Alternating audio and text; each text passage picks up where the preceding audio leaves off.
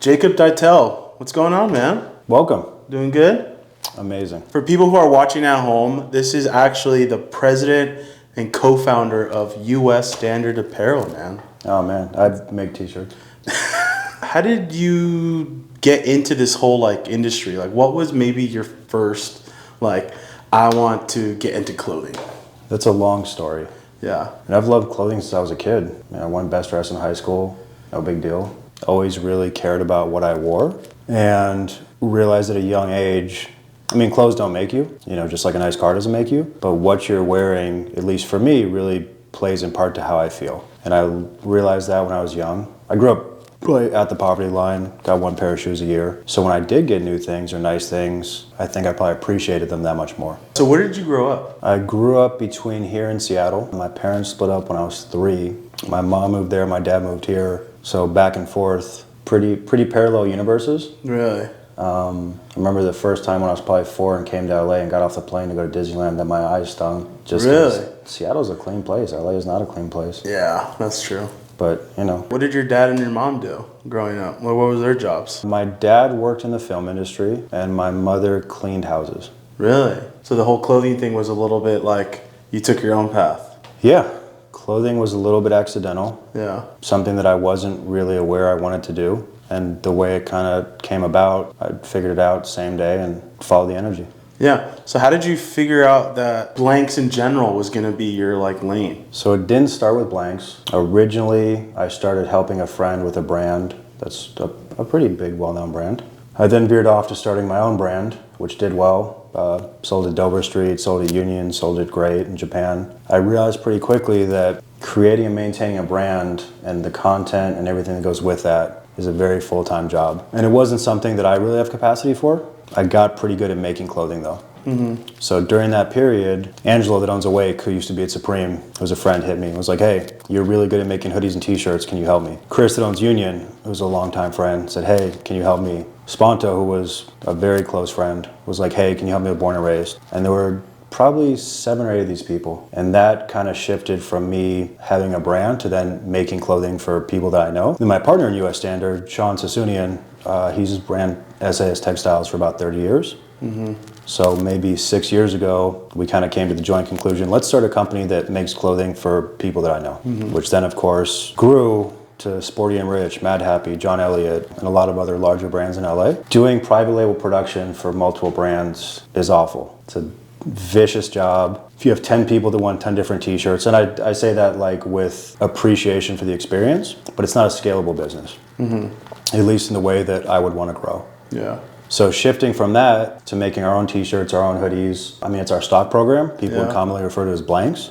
But if you as a print shop can run our stuff, as Bravado, as one of the biggest music tour merch companies, can run our stuff, if Warren Lotus and Born and Raised and Union and 40 streetwear brands can run our stuff, that's a much bigger business than making specific things for each brand. Yeah. So maybe after a year and a half after we started the company, it kind of shifted towards that. Yeah. And that's something that you were able to find early on, with your business partner. And how did you guys meet? How did you guys just meet out in the wild? I was buying fabric from him. Sean and SAS Textiles are historically one of, if not the best knitter on the West Coast. Really? Fear of God, Yeezy, Amiri, most large brands that run knits come through here. Really? So... it shows. This place is massive. Oh, he's a champ. Yeah. So you're already buying stuff from him then? I was buying fabric from him, yeah. And we then kind of came to the mutual conclusion to do something larger. Wow. You saw kind of a hole and you were already around all these brands, and then you were like, why not make these blanks? So how long did it take to make your first USSA hoodie, t-shirt? How did that come to be? What was that kind of beginning day? Oh, it took a week. Took a week? Yeah, we do everything in-house. We're knitting fabric here, yeah. All pattern, tech packs, cutting, sewing. Everything is in-house. Yeah.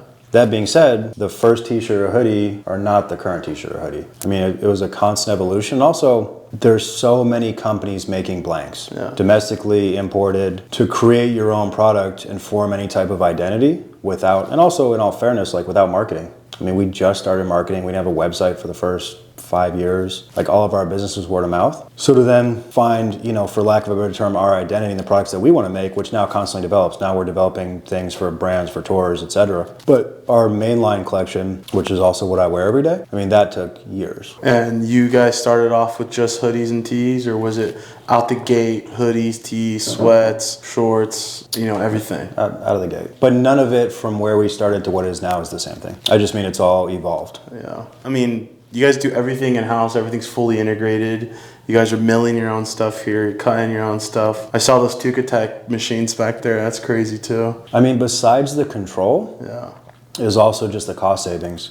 Because when you're doing stuff at volume, and again, like where things start to where they end up, we started making hundreds of units at a time to now what we make, which is dramatically more than that on an annual basis. Like if you're not controlling your cutting, for 20 shirts, cool. For 1 million shirts, that 3% difference in what your waste is or what your consumption is, like that'll kill you. Yeah. So really, Sean and I investing into the whole infrastructure, just one, that we control it, two, we're accountable. Any bigger company we deal with, it doesn't matter why something went wrong. So the more that we can be accountable and own the process, is a huge plus for us. Yeah. Now, USSA is obviously huge, right? I think what a lot of people at home should notice is that they've been doing a lot of stuff for other big brands initially, and then they started their own thing, still doing things for other big brands. Now, growing into this whole space, who would you say is a brand that you are like proud to help out? You helped them whether it was through the blank program, you helped them whether it was through the cut and sew. Is there any specific like project that you think were like, dang, that was a dope project? Fuck, there's not a right answer here.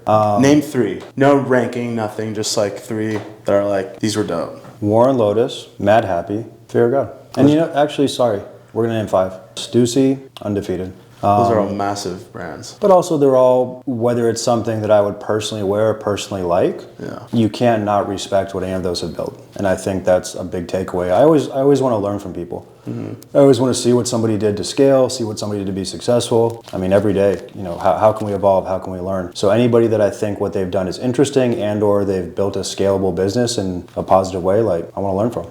Yeah. I think what a lot of people at home should, take away right now through this interview is that don't be afraid to learn, don't be afraid to take advice. Don't be afraid to take constructive criticism. Like anything you do and you don't do good at initially, that's something that you now know how to do better next time. And I think that's like a good thing for you as like, I've done some research on you and I think that you are a perfect example of like someone who maybe had a rough start at life, but you were able to turn it around very quick. And then you saw, the hole or the gap. You wanted to make a blank company and then it blew up and did this whole thing, And kudos to you, bro. That's super fire. Like you do all this stuff, Deeply appreciative to be here every day. It's crazy too because not very many people have a story like you at all. People in the blank industry, it's very much like, they went to school, they got the degree, they got the job, then they got the bigger job. But like you really had to grind.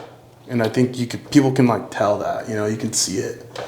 I think a lot of this, it's really important to stress. There was no master plan. No. As things grow, of course, like you see the next step and you strategize. But so much of what I do was unexpected and also following what makes sense and being willing to pivot and being willing to learn. There's a lot of things we've tried that didn't make sense. And if we had stuck with that either out of ego or I like the term putting good money after bad, you die. Yeah. Because at least for what we do and doing it domestically, it's so competitive. And for us to compete with something, I don't know what a Gildan t-shirt is, you probably do, assuming it's in the 2s, like round numbers. To compete with that and do it at scale, one, we have to be as efficient as humanly possible. Two, like we have to provide a product that's, worth it, for lack of a better term, but also stand behind that. I think you guys do a really good job at that. And I kind of just wanted to go back. So I did a little bit of research on you and I wanted to see, this is for a total new audience. So I heard that you may have gone to jail or prison. Oh yeah, it's public record. What would you say you learned was like your biggest takeaway from that time? From being gone? Yeah. Probably the importance of family. Family? Yeah, and just, at least for me, I wasn't prioritizing when I was younger. Like I said, I grew up at the poverty line, so I think I probably prioritized being financially stable more than some people would. Yeah. And at least when I was working, and for anybody not familiar, I got sentenced to 120 months in federal prison for drug trafficking. I used to move a lot of weed before it was legal. I ended up pleading guilty to bricks, but like the majority of what I did was weed. And during that time period, like early 20s, I mean, I'd see my family not regularly. Yeah. And I was traveling a lot, I was working a lot. When things went sideways and I went away, that's who was there. And like, I knew that, but to have it reiterated in such a real way, and like, you know, everybody's around when things are good. Yeah. You see exactly who's who when things are not good. Yeah. So that kind of reminded me and helped change my priorities, which needed to change anyways. I needed to go through that. Yeah. As wild as that may sound. Yeah. Being gone for the amount of time I was gone for, and also like, I had zero criminal history. I've been arrested once in my life. If I was black or brown or a gang member from the hood, I probably would have got 25, 30 years. And having a second chance at life, I'm really aware of that. Yeah. So any days out here that are frustrating, no problem. Yeah. Like, and I keep that in the back of my head. Wow. Damn. That's crazy. All right, we're going to stop the pod for a quick second, guys. If you guys need custom apparel, screen printed, embroidery, stickers, or you need a fulfillment service for your clothing brand, feel free to email us at sales@moneymerch.com or reach out to a sales rep via Instagram or check out our website at moneymerch.com and we'll take care of you there. Now let's get back into the episode. What's like a memorable food that you've had in there? In prison? Yeah. I mean, I cooked most all of my own meals inside. Really? Which isn't standard. I don't know. Made really good nachos. Nachos? Yeah, for the fellas. Break it down. Like what goes into that? Anything you think about here except avocados are $4 in there. Damn, that's a tax. I mean, everything's taxed here inside. Yeah, that's true. I mean, now that I'm thinking about it, that's probably avocado price now.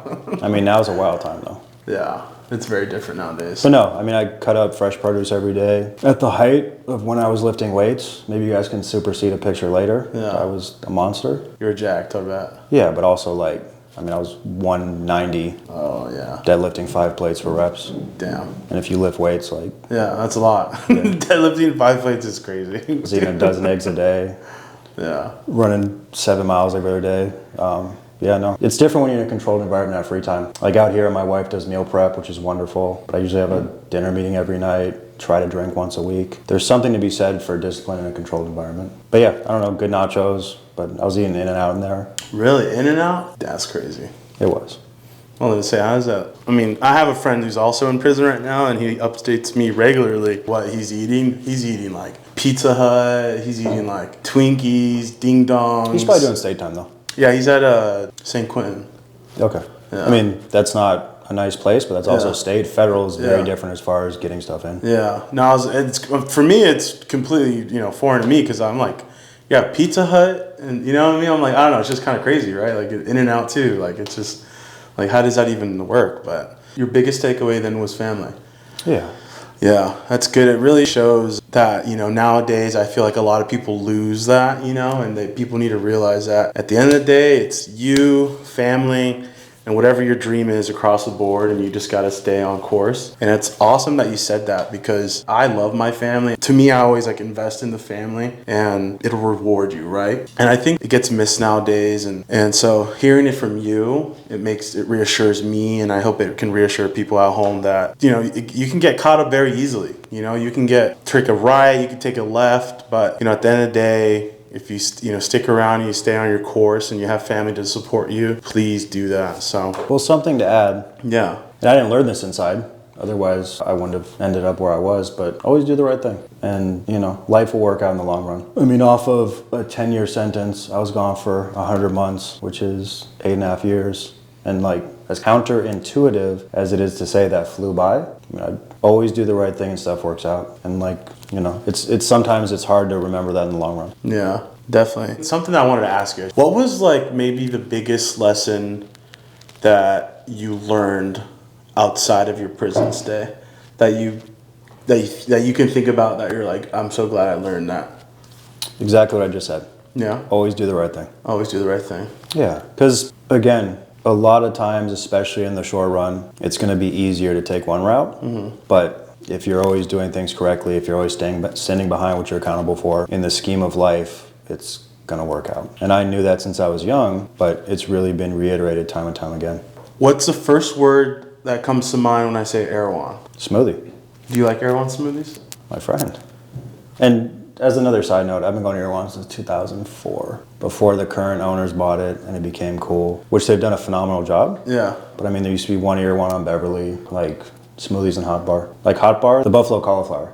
I mean, that's been something they've had for 20 plus years. Yeah. I mean, it's pretty hard to beat. Yeah. That's what I work for. I work to buy food. When I have kids, you know, knock on wood, I'm sure my priorities will change, but eating well is important. So now everything that you've learned from, you know, when you were born to the time that you stayed in prison to now that you co-founded US Standard Apparel, what would you say is a piece of advice for people who want to start a clothing brand, maybe enter the blank industry, or maybe just kind of dive into fashion in general? What would be like the premier advice you'd give them? Don't do it. Don't do it? Just kidding.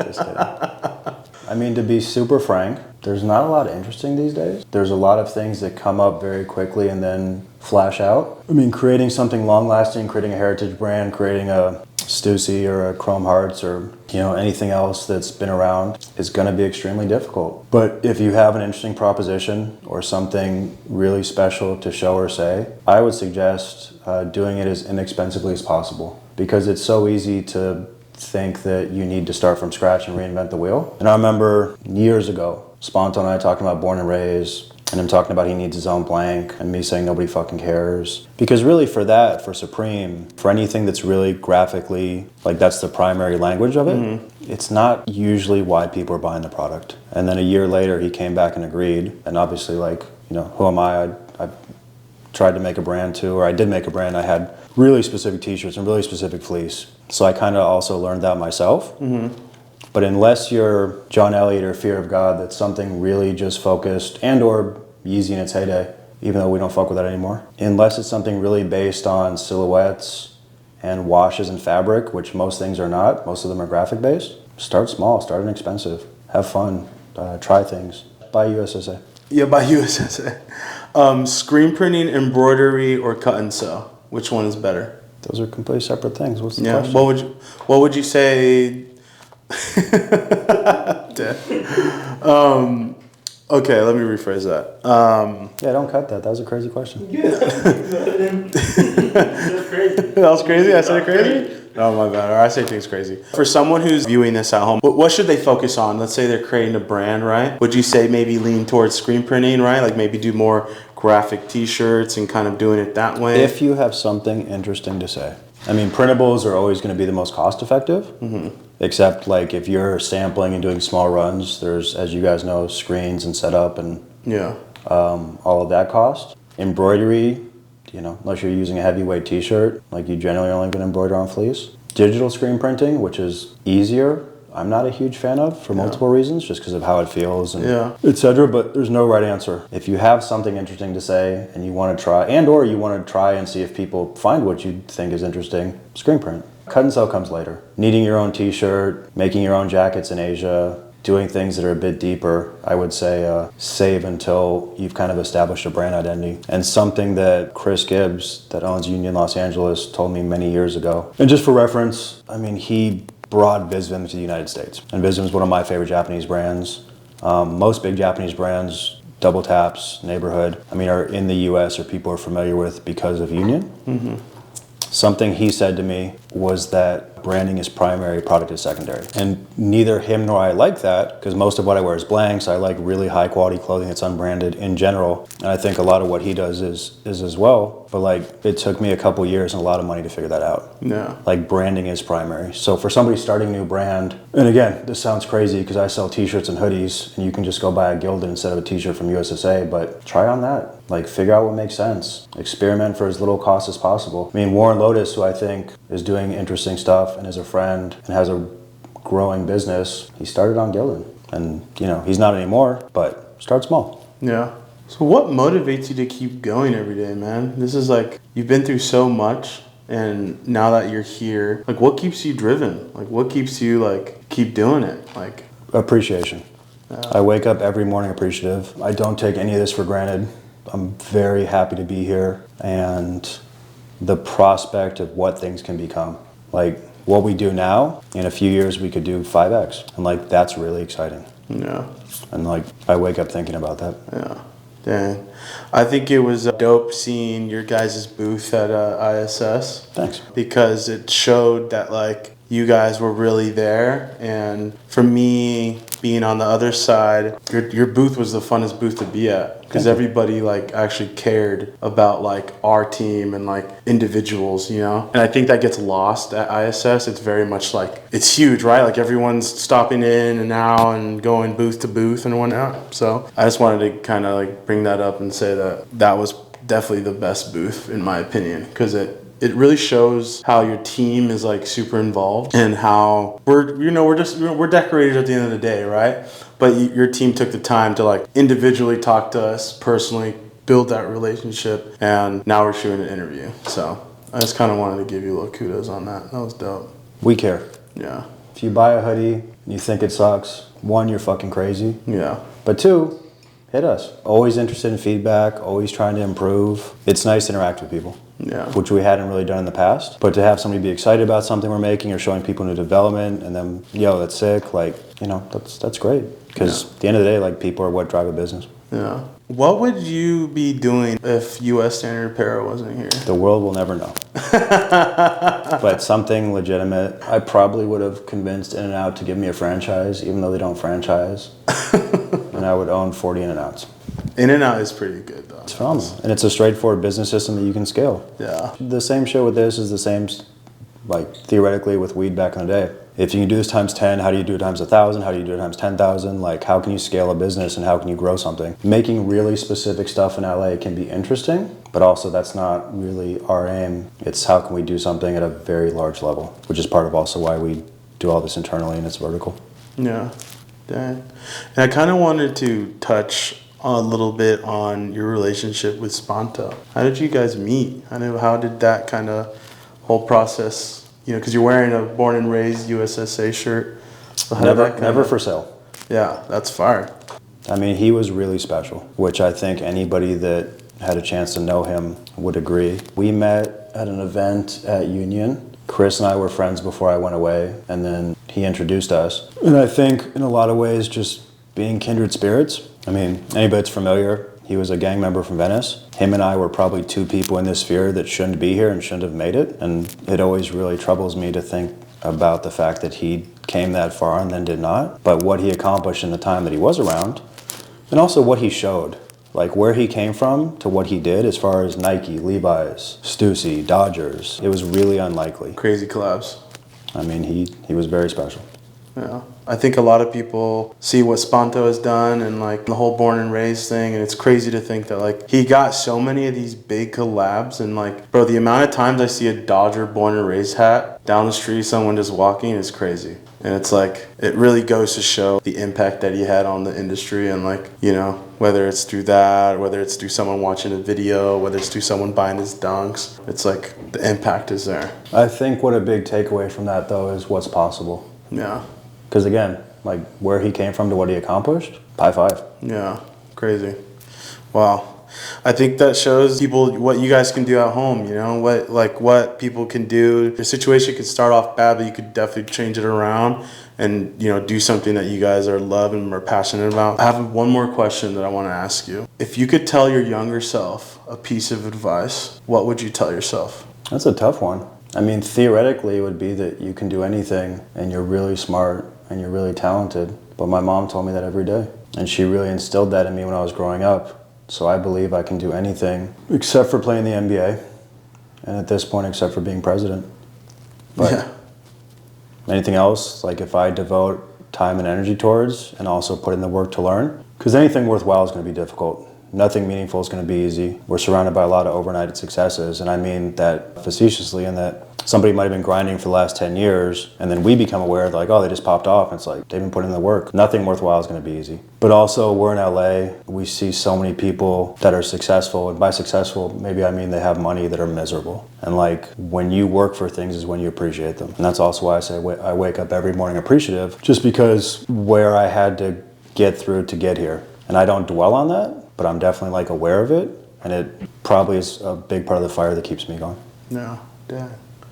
Well, Jakob Deitell, thank you, man. That was an honorable interview. I appreciate you taking the time. I think a lot of people at home are going to take a lot from this, And thank you, man. Thank you for being you. Buy USSA blanks, US Standard Apparel, wear it, go to their website, plug it, and yeah, that'll do it, dude. Thank you for coming. Of course, bro.